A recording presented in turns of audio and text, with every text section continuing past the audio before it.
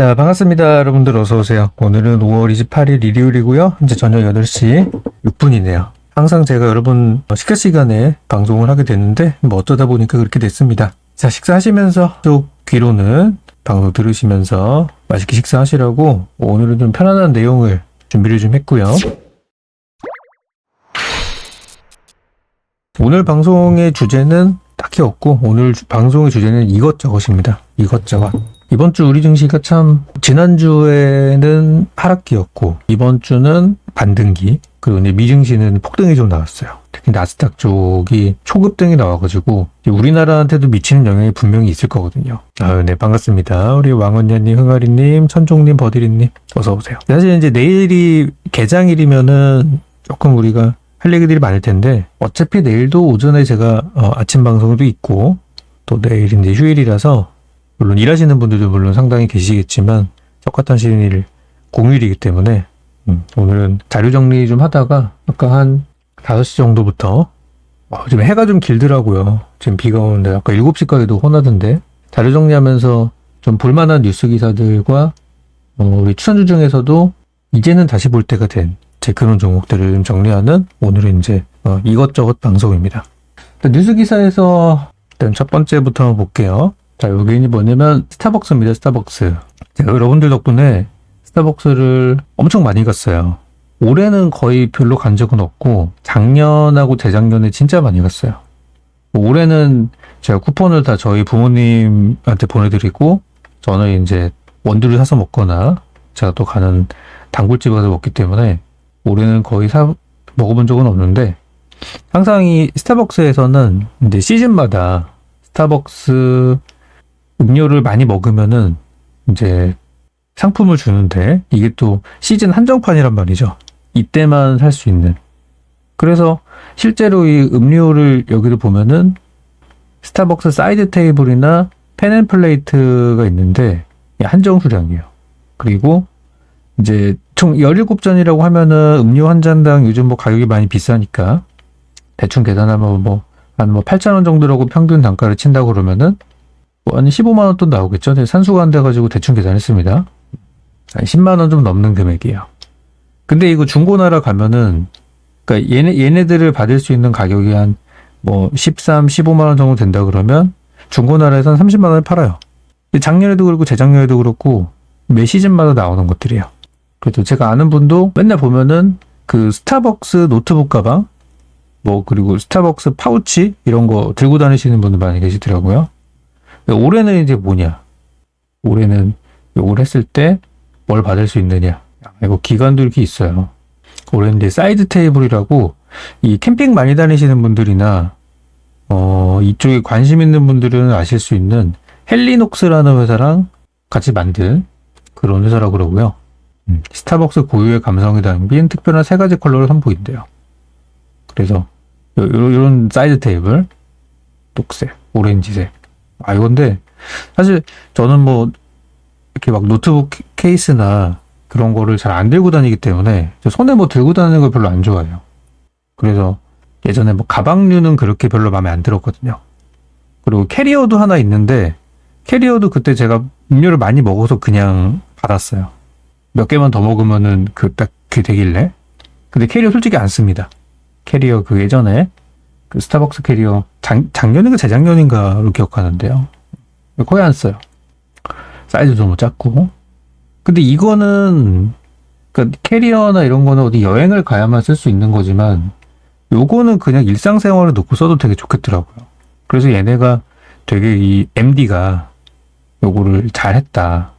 집의 인테리어에 따라서 저희 집 같은 경우는 저희 집은 블랙 앤 화이트예요. 집 구성이.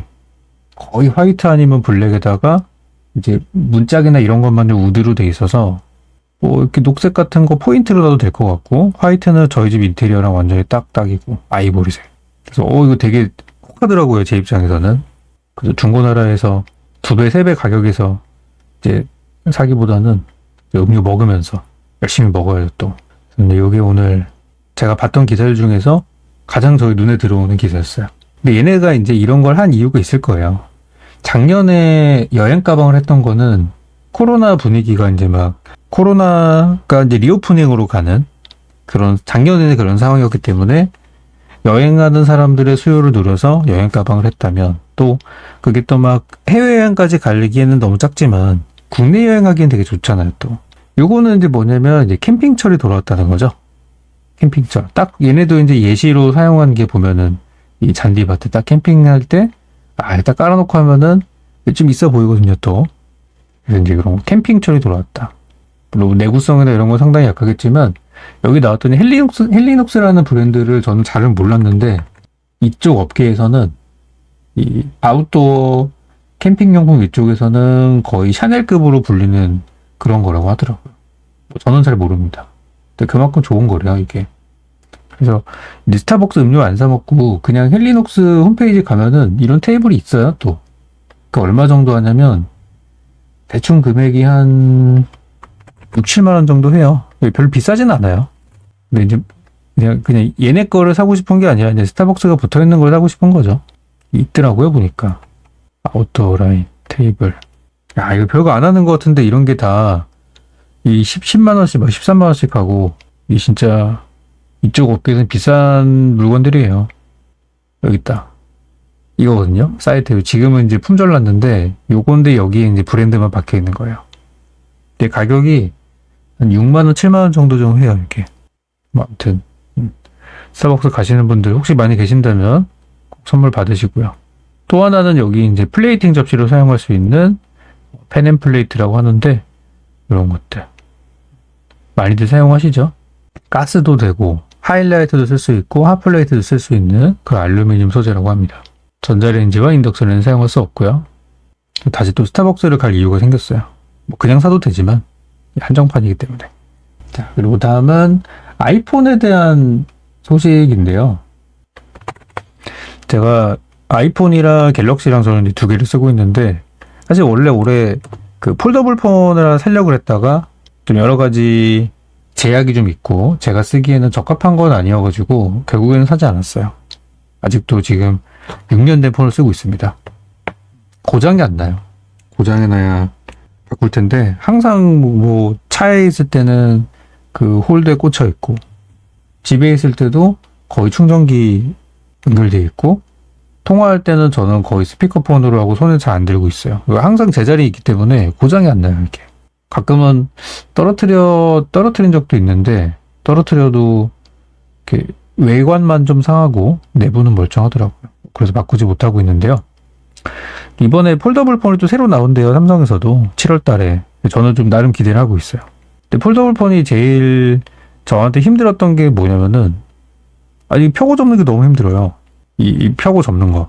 제가 뭐 힘이 없는 사람은 아닌데 그냥 평범한 성인 남성이죠 저는. 근데 옛날에 폴더폰을 생각해보면 옛날에 우리 스마트폰이 나오기 전에 폴더폰이라는 게 있었잖아요. 옛날에 폴더폰은 한 손으로 열고 닫는 매력이 있었어요. 그때 이제 이 정도 각으로 이렇게 접혀 있다가 이 정도 펴지는데 요 위에 디스플레이 부분을 펴는데 그냥 여자들도 손가락 그냥 엄지손가락만 툭 하면은 바로 열 수 있는 게 이 폴더폰이었단 말이죠. 근데 폴더블 폰은 절대 한 손으로 불가능해요. 가로로 접히는 이 위아래로 접히는 갤럭시 이름 뭐냐 그거 되게 위아래로 접히는 거 있죠. 이렇게 접히는 거는 그래도 한 손으로 할 수는 있어요. 할 수는 있는데 핸드폰을 하루에 자주 보는 사람들이 이거를 수십 번 열고 닫고 해야 되는데 과연 그거를 손가락으로 하다 보면 지칠 것 같고 이렇게 옆으로 접히는 거 있죠. 옆으로 접히는 거는 절대 한 손으로 불가능합니다. 이거는 무조건 꼭 두 손을 써야 되더라고요. 그래가지고 과연 이거 내가 사가지고 여러 번 열고 닫고 할 수 있을까? 저는 차라리 이걸 그냥 항상 제자리에 있기 때문에 항상 그냥 펼쳐놓을 것 같아요. 이렇게 접지 않고. 그러면 그냥 태블릿 쓰는 거랑 차이가 별로 없죠. 아이패드 쓰는 거랑. 근데 그래가지고 저는 구매를 포기했는데 다음번 폴더블 폰은 좀 이 부분에 있어서 개선이 됐으면 좋겠고. 근데 좀 이해는 가는 게 만약에 이거 펼치다가 엄청 세게 힘을 줘가지고 여기 힌지 부분이 엄청 뻑뻑하게 돼 있잖아요. 만약에 이게 고장이 나버렸다. 힘 빡 주다가 반대로 꺾여버렸다? 그 핸드폰 아예 그냥 못 쓰는 거예요. 엄청 비싼데. 그래서 아마 이 열고 닫는 걸 힘들게 만들지 않았나. 고장 안 나게 하려고. 아마 그런 생각이 좀 들어요. 그러니까 이거는 제조사가 해결해야 될 일이죠. 삼성이든 어디든. 이번에 애플의 새로운 폴더블 폰이 나올 수 있다고 하니까 그거에 대해서도 일단 관심을 가져보고, 여기서는 이제 아이폰 새로운 시리즈가 나왔는데 뭐 옛날 폰이랑 차이가 없는 것 같아요. 둥글둥글하니. 제가 지금 사용하는 게 아이폰 이게 7인가 6인가 맨날 헷갈려요 이거. 새 폰은 안 바꾼 지 오래돼가지고. 제 폰이 아이폰 7 플러스거든요. 근데 아이폰 7 플러스가 이렇게 생겼어요. 차이가 없어요. 둥글둥글하니. 요게 차이에요. 요거가 아니라 7 플러스는 그냥 요렇게 그냥 일자로 동그라미가 이 두 개, 카메라가 두 개 달려 있는데 여기 이제 대빵만한 게 여러 개 달려 있다는 거 빼고는 차이가 없어요. 그러니까 디자인적으로는 조금 퇴보한 것 같은데 여기 이제 테스트 실험 모델이 등장했다고 합니다. 그러니까 이제 스마트폰에서는 더 이상의 혁신은 기대하기 힘든 거예요. 여기 보면은 원래 아이폰이 혁신의 아이콘이었는데 CEO가 바뀌어서 그런 이유도 있어요. 팀쿡 체제로 바뀌면서 예전에 잡스 시절이랑은 스티브 잡스 이름이 생각이 안 나서 지금 검색해봤어요. 그때랑은 좀 다르게 팀쿡 체제로 가서부터는 혁신보다는 안전빵을 선택을 하고 있죠. 일단 디자인적으로는 좀 퇴보한 것 같다.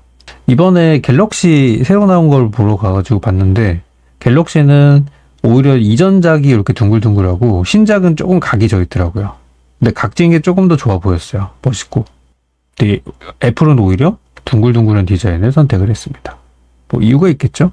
좀 새로운 건 없고 이게 좀 차이점이라고 해요. 물론 이거는 확정된 건 아니고 그냥 루머입니다. 루머. 시장에서 돌고 있는 이야기.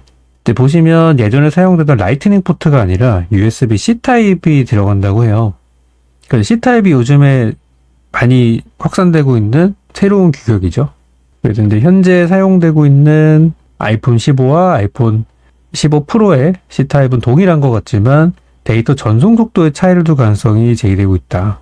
그러니까 원래 이제 똑같으면 다 똑같은 건데 이제 프로 모델이 더 사이즈가 크고 비싼 거고 이게 마진이 많이 남는 건데 거기에 데이터 전송 속도에 차별을 줄 거라고 합니다.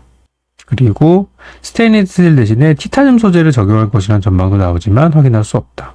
그러니까 티타늄을 사용하면 더 가볍게 만들 수 있지만 문제는 돈이죠. 금액이죠. 티타늄이라는 거 역시도 히토리가 포함된지는 모르겠지만 어쨌든 새로 신소재가 들어갈 수 있다는 이야기가 있습니다. 그리고 이제 최대 6배의 광학줌을 가진 새로운 잔망경 카메라 콘텐츠 될 수 있다 라고 하네요. 뭐 새로운 게 별로 없죠.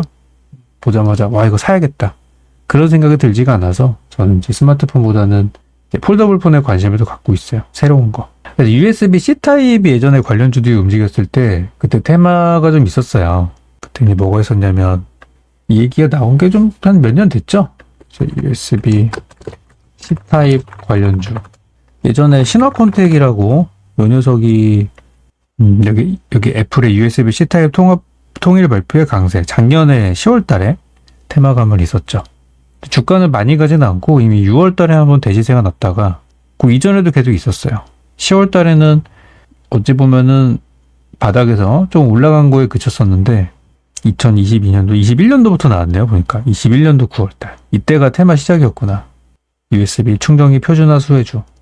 그러니까 이미 많이 올랐고 얘도 이제 테마가 처음 나왔을 때 비해서는 뭐 2배 이상씩 100% 이상씩 뛰었던 그런 종목이라서 이렇게 신선하진 않아요. 근데 주가 위치를 보게 되면은 그래도 어느 정도 한번 반등이 좀 나오겠구나 그런 생각이 좀 들고요. 저도 여기 적어놨죠. 2022년도 5월 13일 날에 아이폰 USB-C 채용하겠다. 그 뒤로 이제 많이 올랐어요. 그래서 이게 뭐 테마가 될지는 모르겠어요. 그래서 이런 종목이 있었고 또 예전에 이제 테마를 검색할 때 저는 메모장 기능을 이용해서 여기입니다. 적어놓은 것들 중에서 찾아요. 파인 테크닉스 이런 것도 같이 올랐던 적이 있었고요. 요즘에 주가는 거의 뭐 맛이 가 있죠. 그리고 RF텔 이런 것도 있는데 와 이거는 언제 오를 수 있을지 실적이 확 좋아지지 않으면 어려워요. 보시면 이렇게 생긴 종목들의 대부분이 어떠냐면은 실적이 안 좋아요. 적자 전환, 영업이익 70% 감소 뭐 난리 났죠. 그러니까 이런 회사들은 지금이 기회일 수도 있어요. 회사가 안 망한다는 전제 조건 하에 지금이 기회예요. 근데 망하면 그냥 이제 끝나버리는 거고 회사만 안 망하면 지금이 기회예요. 나름 그래도 22년도 기준으로 실적이 나쁘지 않았는데 갑자기 작년 4분기에 실적이 깨지고 올해 1분기까지 좀 안 좋게 나왔어요. 근데 회사는 나름 괜찮은 회사예요. 그래서 망하지만 않으면 지금 이런 거는 기회일 수 있어요. JNTC. 조금 생소할 수도 있는 기업인데요. 요즘 분위기 되게 좋더라고요, 이 기업이.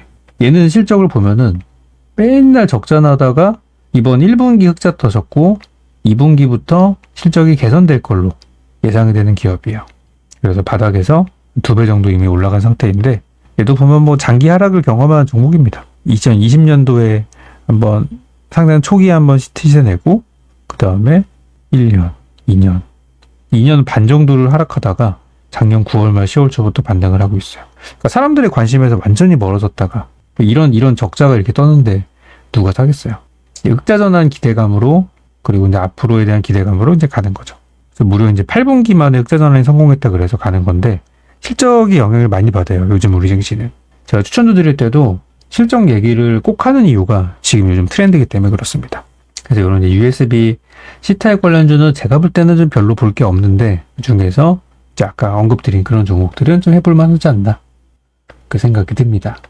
다음으로는 이제 요거는 제가 출연하는 이데일리 방송국 이데일리 홈페이지에서 이제 올라온 기사인데요.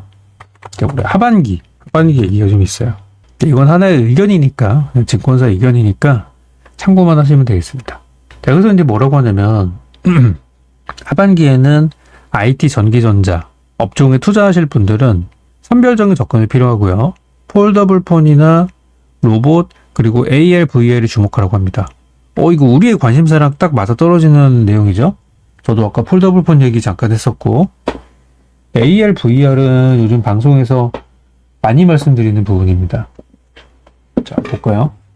신한투자증권. 광고 너무 많다. 신한투자증권에서는 그런 리포트가 나왔는데 스마트폰 판매량은 2022년도에 12억 대가 팔렸고요. 근데 전년 대비 12%가 감소한 거고 그리고 2023년도는 서프라이즈한 성장을 기대하기 어려운 구간이라는 평가다. 아하, 이거는 올해도 실제 늘어나기는 힘들 것이다. 왜냐면 아까 제가 아이폰 신제품을 보여드렸지만 매력이 없어요.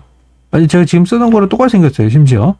그러니까 저 같은 사람이 그러니까 얼리 어답터들은 항상 사요. 얼리 어답터들은 항상 신제품 나오면 사는데 저 같은 사람들 이런 평범한 사람들이 바꿔야 이게 돈이 되는데 저 같은 사람들이 움직이지 못했다는 거죠. 그래서 이제 실제 소비를 이끌 수 있는 신제품의 차별 전략도 미미해서 하반기 섹터 내 선별 접근이 필요하다는 조언이다. 아까 아이폰 15 보여드렸지만 생긴 건 비슷하고 카메라 성능이 아니라 그 디스플레이 사이즈나 카메라가 아니라 거기 이제 전송 속도를 차이별을 줄 거다라는 정말 기상천외한 그런 생각이 나오고 있다는 게 이제는 새로운 게 없다는 거예요. 그래서 이제 새로운 것을 봐야 된다. 이제 폼팩터 변화와 신성장 동력을 봐야 되는데 그러면 로봇이랑 전장이랑 폴더블 AR, VAR이라는 또 새로운 단어들이 나오게 되는 거죠. 그래서 이제 그 리포트에서는 LG이노텍과 삼성전기를 추천을 많이 했는데 주요 핸드셋 업체들의 신제품 출시로 광학 솔루션 매출 확대. 광학 솔루션이라는 게 이제 카메라 모듈 얘기하는 거고요. 전장 수요. 그러니까 자율주행차 들어가는 얘기를 하는 거예요. 그리고 이제 폴더블 폰 제품 스펙 변화에 따른 수혜가 예상되는 KH바텍이나 또 JNTC. 아까도 JNTC 봤었는데 그리고 로봇 매출 확대로 사업 포트폴리오 다변화에 성공한 인탑스도 주목했다고 합니다. 그래서 보면은 이제 폴더블 폰 하면은 예전에 방금 리포트에 나온 거는 이제 뭐 KH바텍이라는 기업인데 이미 주가가 많이 올라가고 있어요. 이미 바닥을 좀 쳤고 바닥에서 벌써 얘도 한 2배 올랐죠? 작년에 9월 말 10월 초에서 제가 저희 정방종목 같은 경우도 바닥에서 이제 50% 100% 갈 거다라고 했던 종목들이 다 2배씩 올라간 경우들이 많이 있었는데 얘도 이제 그런 케이스예요. 그래서 요 KH바텍은 여기 메리츠 증권에서는 목표가를 29,000원으로 제시를 좀 했는데요. 그러면 이제 신고가 근처까지 간다는 얘기예요. 그 사유는 뭐냐? 추천하는 사유가 뭐냐? 근데 다른 데를 보면은 목표가가 되게 낮아요. 유안타에서도 17,300원 제시했는데 이미 17,300원 갔죠. 넘어가는데 업데이트를 안 하고 있다는 거는 이제 증권사에서도 관심이 없는 종목이라는 거예요. 근데 유일하게 여기 이베스트나 흥국이나 이런 데서는 이제 뭐 2만 원 이상의 목표가 제시하기도 했는데 예전에 이제 제시한 23,000원 이거는 전일 종가였네요. 보니까. 그러니까 최근에 리포트를 발행한 쪽에서는 26,000원, 29,000원 다들 이제 거의 뭐 신고가 근처까지 보고 있다는 거예요. 그래서 가장 높게 제시한 곳이 여기 이제 흥국증권. 메리츠도 목표가랑 똑같이 제시했는데 왜 29,000원 나왔는지 되게 궁금하시죠? 오를 거면은 현 구간 대비 그냥 50% 잡고 하면 되는데 왜 목표가를 29,000원 제시했을까? 이거는 되게 간단해요. 뭐 수치적인 그런 거는 제가 볼 땐 그냥 끼워 맞추기인 것 같고, 이제 예전 차트를 보면 3만원대 매물이 상당히 많은 흔적이 보여요. 그러니까 3만원대 위로는 꼬리 달고 내려오고 하는 모습이 있어서 원래 이제 3만원이라는 가격 또는 뭐 4만원이라는 가격 이렇게 이제 딱 떨어진 금액대에서는 보통 저항선이 많이 생기고, 반대로 그런 자리에서도 지지선이 많이 생기기도 해요. 그래서 이 종목은 그런 지지정을 좀 잘 지키는 그런 종목이라는 특성을 가지고 있어서 3만원에 분명히 매물대가 있을 테니, 그러니까 저 리포트의 뜻은 우리가 해석하자면은 29,000원까지 가겠구나가 아니라 우리가 해석을 잘해야 되는 게, 얘는 작년 거래량이 이만큼 나왔을 때 8월달 후반부에 여기 31,950원을 뚫었던 적이 있었어요. 그때 제가 이 종목을 거래했던 사람은 아니지만 엄청 분위기 좋았겠죠? 3만원 뚫었다, 이제 드디어 4만원 가는구나, 그런 분위기가 이때 있었을 텐데, 거기서 물린 사람들이 아직도 들고 있을 가능성이 크기 때문에 3만원까지 가지는 못하겠고 한 29,000원 정도로 보수적으로 잡겠다는 뜻입니다. 해석을 하자면.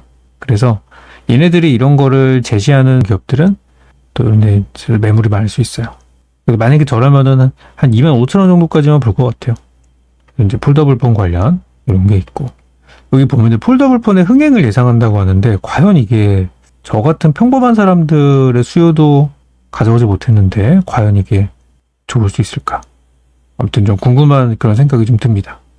그래서 저도 폴더블폰이 잘 됐으면 좋겠어요. 그래야 애플도 삼성도 잘 돼가지고 좀 테마를 기대할 수 있는데. 그리고 다음으로는 여기 이제 기사에 나왔던 게 아까 이제 AR, VR이 좀 있었어요. AR, VR은 저도 관심을 갖고 있는 분야인데, 폴더블폰은 솔직히 딱 봤을 때 그냥 그래요. 이 핸드폰 고장도 안 났는데 뭐 그냥 있는 거 쓰지. 저는 그렇게 생각을 하고 있어요. 근데 AR, VR은 새로운 거예요. 여러분들 그 닌텐도 게임기 아시죠?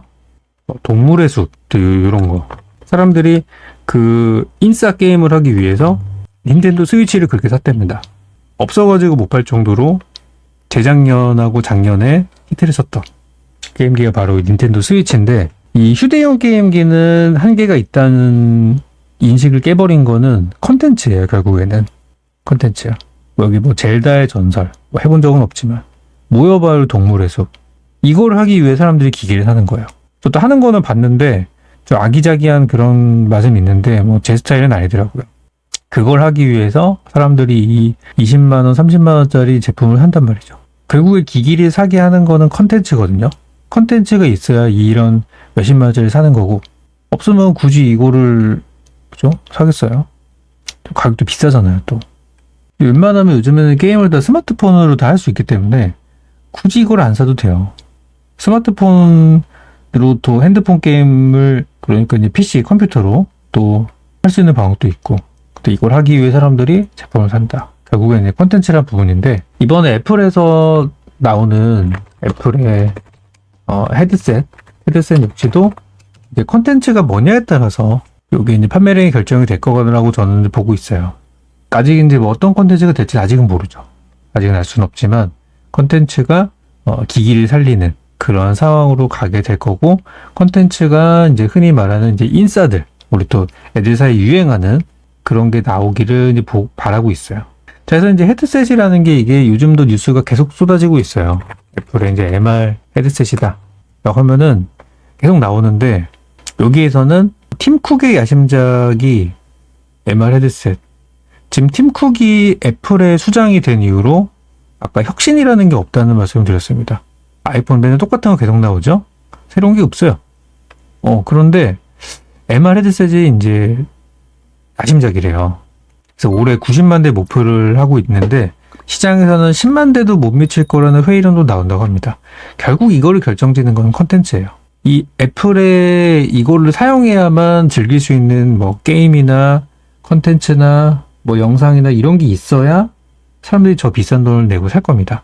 자, 보면은, 뭐, 전망이 상당히 여러 가지로 지금 나오고 있어요. 이제 다가오는 6월 애플의 개발자 대회라고 WWDC라고 해서 여기 이제 매년 하는 건데요. 여기 신제품들이 많아요. 이게 이제 올해는 6월 5일이라고 합니다.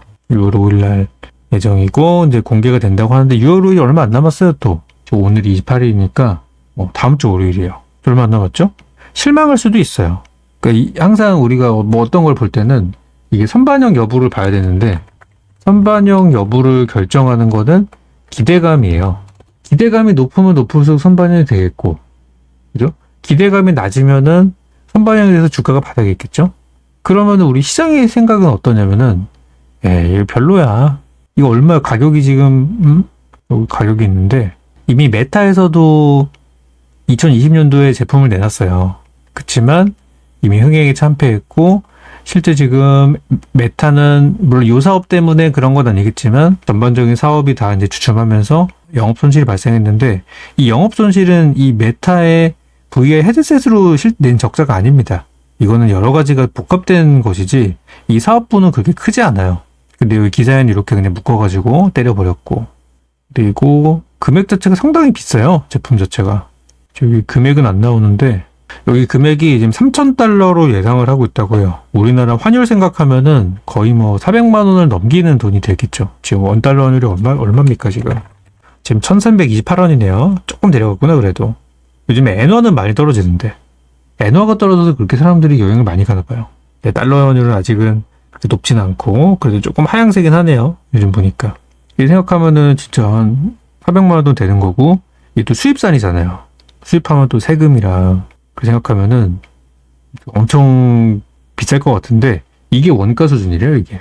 그리고 애플이 손실을 감수하고 팔 수도 있다 라고 해서 현재 지금 기대감은 제로라고 봐도 무방해요 이 부분은.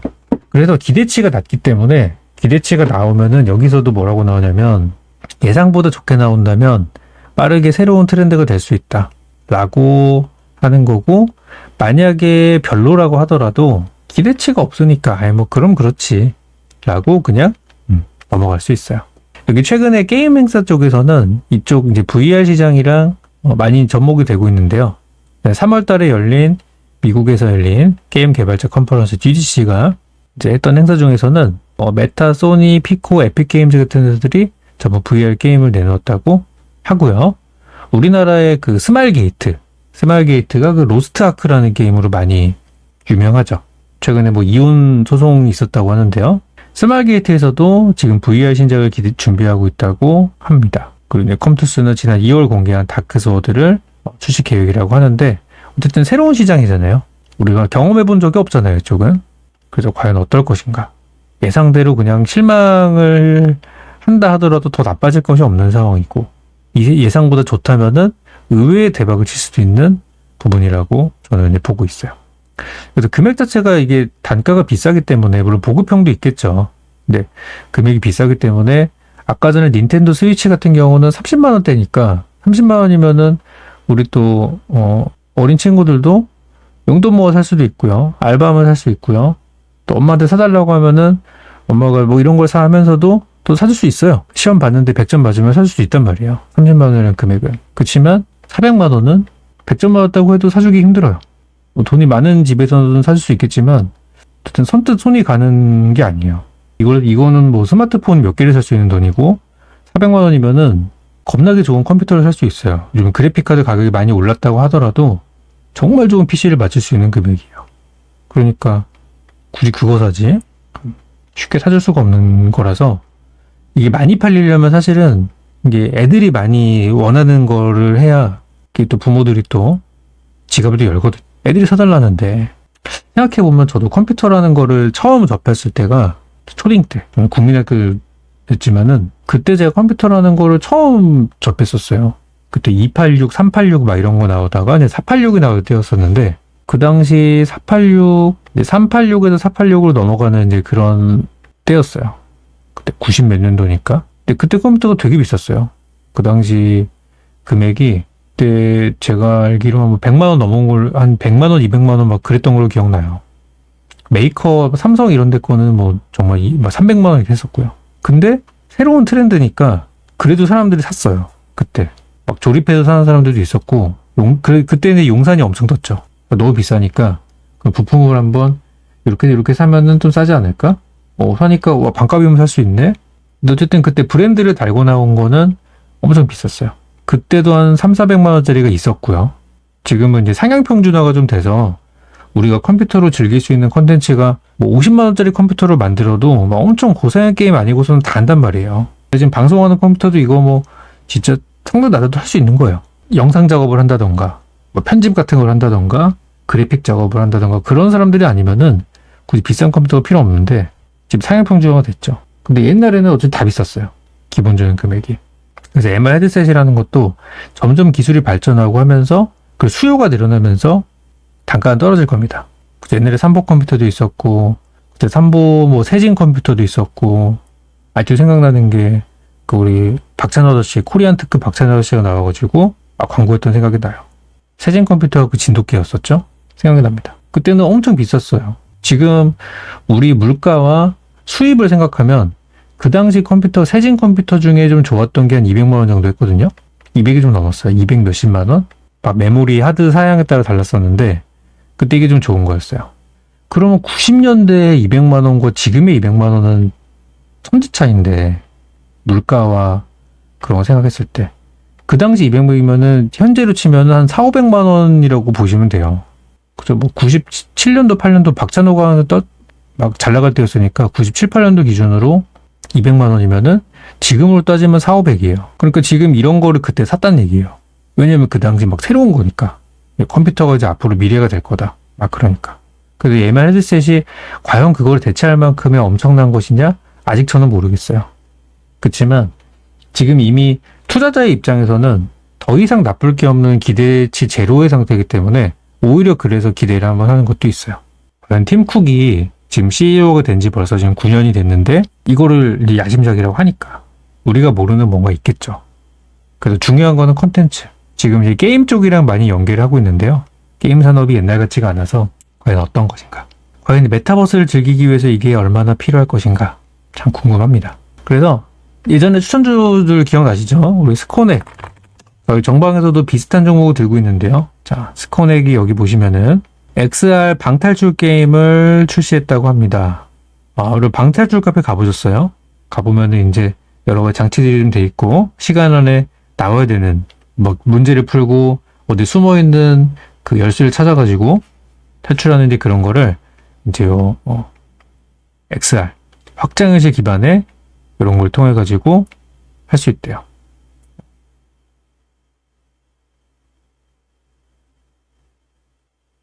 그래서 이게 요 장비가 필요해요. 이 게임을 하려면 이게 있어야 돼요. 그래서 글로벌 출시를 했고 또 새로운 최근의 기사를 보니까 삼성 글로벌 인베스터스 컨퍼런스에서 스코넥 부사장이 메타버스 시장에서 필요로 하는 콘텐츠를 주제로 세션 발표에 나선다고 합니다. 말씀드렸죠. 이 성공 여부는 콘텐츠에 달려있어요. 이거를 사야지만 즐길 수 있는 게 나와야 됩니다. 그래서 저는 어떤 하드웨어 기업보다는 콘텐츠 기업을 더 관심을 갖고 있어요. 이게 핵심이기 때문에. 그래서 스코넥 아저씨가 삼성전자 글로벌 인베스터스 컨퍼런스라는 거는 투자자들한테 어필하려고 하는 그런 이벤트고요.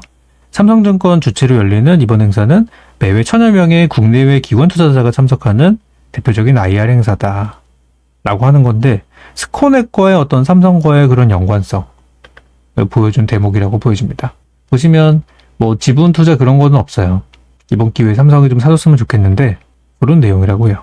그래서 2025년도까지 다양한 그런 게이밍 컨텐츠를 런칭한다는 스코넥의 비전 이런 것도 있다고 하고요. 애플 헤드셋 수혜주다. 너무 이렇게 막 수혜주라고 직접적으로 띄워주니까 요즘 주가가 슬금슬금 올라가기는 해요. 우리 기준으로 보면은 바닥을 치고 지금 올라가고 있는 건데 아무튼 스코넥 들어가신 분들 기준으로 지금 손해보시는 분들은 아무도 없을 겁니다. 다들 본전이거나 약수익이거나 아마 그러실 거예요. 뭐 마이너스이신 분들이 계실 수도 있는데 바닥이니까 너무 걱정하지 마시고 얼마 안 남았어요. 그래서 이런 것들이 저는 괜찮을 거라고 보여지고 스코넥은 이제 방금 말씀드린 게임 컨텐츠 그러니 4x4 4x4도 예전에 한번 드렸었는데 요건 좀 밀리고 있죠. 4x4는 그럼 뭐 하는 회사냐? 여기는 컨텐츠에 들어가는 영상, 화질 개선 솔루션을 만들고 있는 그런 기업이고, 초고화질 영상 컨텐츠 유통 플랫폼을 가지고 있는 키커스탁이라고 하는 그런 회사입니다. 화질 개선 딥러닝 솔루션인 픽셀을 개발을 했고요. 저해상도 구작 영상의 초해상화 기술 개발을 진행하고 있다. 그 영상이 개똥 같은 옛날 걸 컨텐츠를 가지고 고화질로 만든다. 인공지능을 이용해서. 대단한 기술인데 가능하다면 정말 대단한 기술일 것 같아요. 그래서 이 회사는 이제 JYP 보이시죠? JYP 엔터와 박진영 아저씨가 상당 초기에 투자를 했던 기업으로 많이 유명한데 실적이 안 나오다 보니까 주가는 뭐 매일 떨어지고 있어요. 그렇지만 이런 기업들도 침체 구간에 사놓으면은 한 번씩은 터지는 구간들이 나온다는 거죠. 작년에도 침체 구간 매수 기준으로 100% 정도가 올랐어요. 지금도 침체 구간이 형성되고 있기 때문에 한번 오른다면 잘 갈 것 같은데요. 실적이 좀 발목을 잡고 있는 게 아쉬워요. 그래서 이쪽도 말씀드린 그런 콘텐츠와 이런 걸로 엮여가지고 사실 예전에 이제 AR, VR 테마로 많이 언급이 됐던 기업입니다. 저는 하드웨어보다는 콘텐츠 쪽에 관심을 갖고 있어요. 그래서 만약에 하드웨어로 간다면은 아까 봤던 뭐 LG 이노텍 같은 그런 디스플레이나 OLED 기업이 수혜가 될 수 있어요. 그렇지만 저는 경쟁작이 너무 많아요. 삼성도 있죠, 애플도 있죠, 메타도 있죠, 오큘러스 막 너무 많아가지고 하드웨어보다는 저는 콘텐츠. 우리나라가 잘할 수 있는 거는 콘텐츠예요, 사실은. 뭐 한국 게임 산업 요즘 많이 죽었지만 한국 게임 산업, 한국의 과금 구조를 해외에서 배우고 있죠. 이렇게 하면 돈 버는구나. 또 한국 콘텐츠 뭐 있습니까? K-팝 그런 것들. 우리나라는 콘텐츠로 가야 돼요. 우리나라가 뭐 자원이 있기라나 뭐가 있기라나 이제 이런 거에 대한 저희는 관심이 좀 있고 관련주가 바닥이니까 한번 사놔보자. 이미 저는 출연을 드렸습니다. 저희 정방과 공개방송에서. 자, 마지막입니다. 시간이 없어서 서둘러 마무리를 좀 해야겠네요. 자, 이거는 한미 금리차에 대한 이야기인데요. 저랑 좀 색깔이 비슷한 내용이라서 같이 가져와 봤어요. 이제 한미 금리차가 벌어지면은 한국의 투자 매력도가 떨어지기 때문에 좋지 않은 거다라는 의견이 우리 교과서에 나오는 내용들입니다. 경제학 공부를 하다 보면은 한미 금리차는 그런 것이다 라고 이제 이야기를 하는데요. 자, 여기서는 뭐라고 나오는지 한번 볼게요. 나라시만 제가디쉬라는 이 아저씨가 했던 이야기인데요. 이 아저씨가 또 인도계 아저씨 같죠? 이분이 이제 뭐라고 하냐면은 이제 미국의 대학 교수로 재직 중에 있고 여러 가지 활동을 했다고 합니다. 미 연준의 피벗은 임박했다. 피벗은 어떤 전환점이라는 얘기고요. 인플레이션은 2, 3년 안에 미국 정부가 목표로 한 2%대로 내려올 것이다. 결국에는 잡힐 거라고 얘기를 하는 거예요. 저도 말씀을 드리잖아요. 물가는 결국에는 잡힌다. 시간이 문제고 현재 물가는 하향세다. 그치만 하향세로 떨어질 때 이렇게 떨어집니까? 아니면 이렇게 떨어집니까? 모든 지표는 이렇게 떨어지게 돼 있어요. 스트레이트로 가는 경우는 정말 쇼킹한 사건이 일어났을 때 이렇게 되는 거고 대부분은 떨어지면 반등하고 떨어지면 반등하고 하면서 추세상 하락을 하는 거예요. 지금 물가가 미국이 지금 4%대죠? 5%대인가? 2%대 결국 내려올 거예요. 작년에는 7, 8%대였어요. 근데 그게 이만큼 떨어진 거고 앞으로 이렇게 될 거예요. 근데 떨어질 때는 사람들이 안심하다가 반등하면은 불안해하고 안심하다 불안하고를 반복하기 때문에 결국에는 갈 거란 말이에요. 이거는 저랑 생각이 똑같죠? 근데 이제 시간이 2, 3년 안을 잡았다는 거는 좀 길게 간다는 거예요. 이분의 전망이다 라는 거고 기본적으로 이 사람은 긍정론자구나 라는 생각하시면 되겠습니다. 낙관적으로 보는구나. 왜냐면 어떤 사람이 얘기할 때는 이 사람의 성향을 좀 보실 필요가 있어요. 이 사람은 상방론자냐 하방론자냐 그냥 편하게 얘기하자면 이분은 상방론자라고 보시면 되겠죠. 자, 그리고 이제 요 분과 또 우리 요 아저씨 서울대 출신으로 지금 다른 데 교수로 있대요. 요 아저씨랑 서로 이제 대담을 한 내용인데 현재 1.75%의 까지 벌어진 한미 금리차에 대해서 금리차로 한국에 있는 외국인들에 대한 투자가 줄어들 것이라는 우려 섞인 전망을 내놨다고 합니다. 한번 볼까요? 근원적인 부분부터 파고드는 상황인데요. 자, 현재 겪고 있는 인플레이션의 원인은 인플레이션은 전 세계적인 현상이다. 미국은 작년에 7, 8%가 아니라 9%였네요. 9%대를 최고치를 기록하고 현재 빠르게 5%대를 줄었대요. 유럽 역시도 유럽은 왜 더 높죠? 러시아 전쟁 때문에 러시아 우크라이나 침공 때문에 유럽이 인플레이션에 더 영향을 받았어요. 그래서 유럽은 무려 10%까지 갔다가 지금 7.5로 줄었는데 아직 멀었죠. 인플레이션의 주 원인은 두 경제 여건에 다소 다르다. 미국 인플레이션의 3분의 1은 식품과 에너지 가격 상승에 기인을 하고요. 나머지 3분의 2는 그 이외의 가격 상승을 반영하는 흔히 말하는 근원 물가, 근원 인플레이션이라는 거예요. 모든 거, 뭐 서비스 가격이 여기 포함됩니다. 한국으로 치면은 근원 그 물가라고 한다면은 뭐 배달 비용 같은 게 있겠죠. 좀 말도 많은 이슈죠. 그리고 유럽의 인플레이션은 반대의 경우다. 얘네는 3분의 2가 식품 및 에너지 가격. 마찬가지로 우크라이나 전쟁 때문이에요. 그리고 3분의 1은 근원 요인의 바탕이 된 인플레이션이다. 유럽의 경우는 보통 이제 에너지 때문에, 우크라이나 전쟁 때문에 유가와 천연가스 가격이 급등이라고 합니다. 그리고 러시아에 대한 에너지 의존도가 상당히 높았기 때문에. 한국의 인플레이션은 작년 6.3을 최고치를 기록하고 현재 14개월 만에 최저치인 3.7을 기록했다. 우리나라의 물가는 쟤네보다는 낮은 상태라는 얘기죠. 아직까지는. 그래서 한국은 미국과 유럽만큼 코로나로 인한 경제적 타격을 받지 않았기 때문에 코로나19 기간 동안 이후 기간 미국과 유럽만큼 높은 인플레이션을 겪지 않은 것으로 보인다. 이거는 조금 저도 덧붙일 말이 있는데 이 물가 상승률이라는 거는 인플레이션 수치가 있는데 이게 이제 언제를 기준으로 삼느냐가 되게 중요해요. 근데 우리는 이미 코로나 이전부터 한국의 물가는 상당히 높아져 있는 상태였어요. 그래서 코로나 기간 동안의 상승률이 높지 않았던 것이지 우리나라가 쟤네보다 어떤 절대적으로 물가가 싸다고 할 수는 없어요. 뭐 다 아시죠? 한국 얼마나 비싼 나라인지. 그리고 연준이 언제 피벗을 할 것으로 예상이 되냐. 연준의 피벗은 임박한 것으로 보인다고 합니다. 정책이 전환이 될 거라고 하는데 최근에 금리 인상 이후로는 단기적으로는 큰 금리 인상은 없을 것으로 예상이 된다. 그러니까 빅스텝은 없을 것이다. 라고 하고 있고 현재 미국의 노동시장은 아주 견조하지만 최근에 급격한 금리 인상으로 인한 투자 및 주택 수요 감소 등으로 추후 노동시장은 상황이 약화될 것으로 보인다. 이에 따라 연준의 추가적인 긴축은 필요해 보이진 않는다. 상황은 뭐 나쁜데 그렇다고 뭐 손을 쓸 정도는 아니다라고 하고 있네요. 그리고 연준의 목표대로 인플레이션이 진정될 것으로 기대하는가?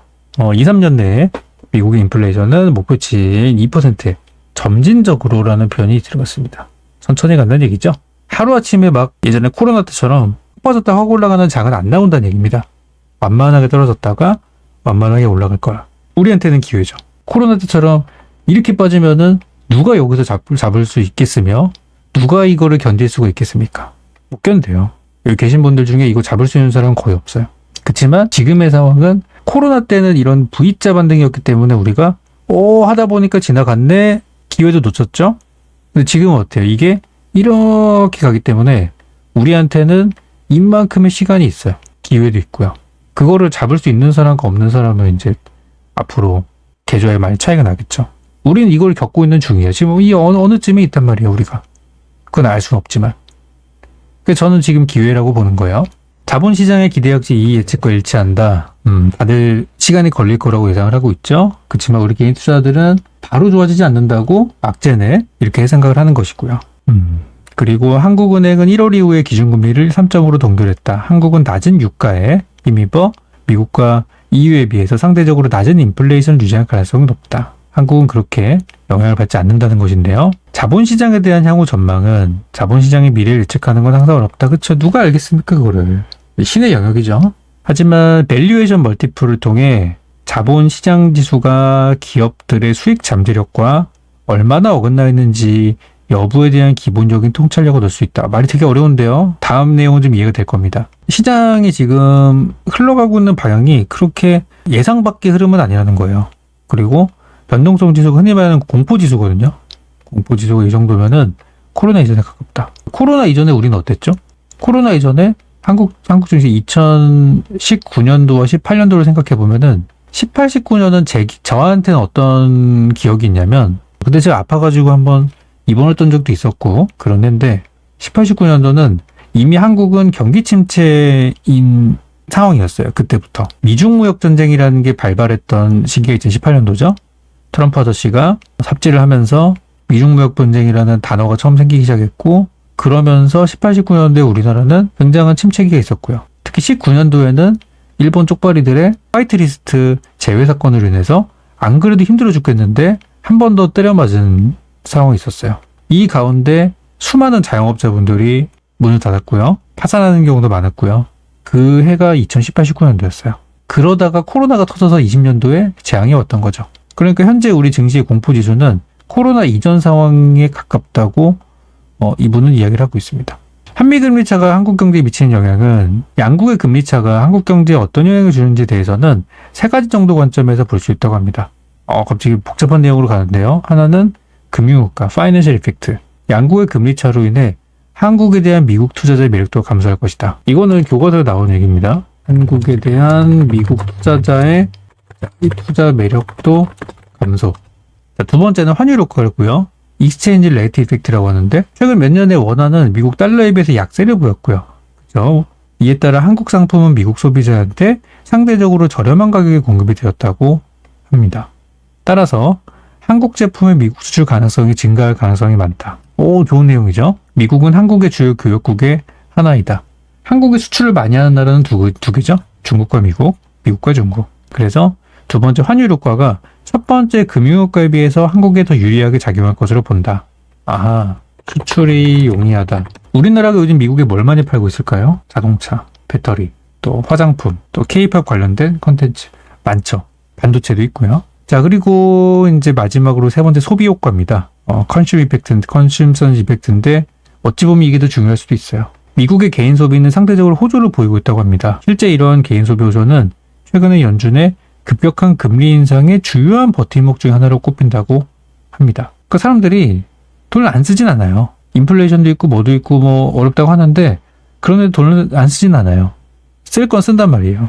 정말 경기 침체다, 정말 앞으로 어려울 거다라고 생각하면은 다들 집에다가 그 벙커 하나 파가지고 거기다가 이제 전쟁식품 전투식량 같은 거 다 짱 박아놓고 컵라면 사 먹고 지갑을 닫고 이제 현금 금으로도 바꿔놓고 그러고 있겠죠. 근데 그게 아닌 사람들이 쓸 거 쓴단 말이에요. 그래서 최근에 미 연준이 금리 인상을 계속 하는 것도 소비가 살아있기 때문에, 상대적으로 소비가 괜찮기 때문에 그래서 미 연준이 금리를 올릴 수가 있다는 겁니다. 휴대폰이나 TV, 자동차 같은 내구 소비재에 대한 미국 내 강한 수요는 한국의 수출에 긍정적인 영향을 미칠 수 있다. 나오죠? 자동차, TV, 핸드폰, 갤럭시, 삼성, LG TV, 현대기아차 이런 것들이 한국한테는 좋을 수 있다. 라는 거예요. 그럼 그 양국의 금리 차가 벌어져 있는 거는 사실 좋은 건 아니지만 한국의 수출이 잘 될 수 있기 때문에, 그렇다면은 수출이 잘 되는 업종을 봐야 되는 거고, 그럼 수출은 결국에는 실적이랑 연결이 되죠. 제가 요즘 많이 강조하는 부분이 실적인데 그 실적이 어디서 나옵니까? 수출에서 나오게 되죠. 그리고 이제 미국 지방은행 파산 원인에 대한 얘기들이 쭉쭉 나오는데요. 전체 시스템 리스크로 악화될까? 전체적인 리스크로 커질 거에 대한 이야기들에 대해서는 적시에 일부 신호에 대해서 적시에 조치를 하지는 못했지만 구제금융이 필요하지 않을 정도로 조치했다고 합니다. 그러니까 살려만 준 거죠. 살려만 드릴게.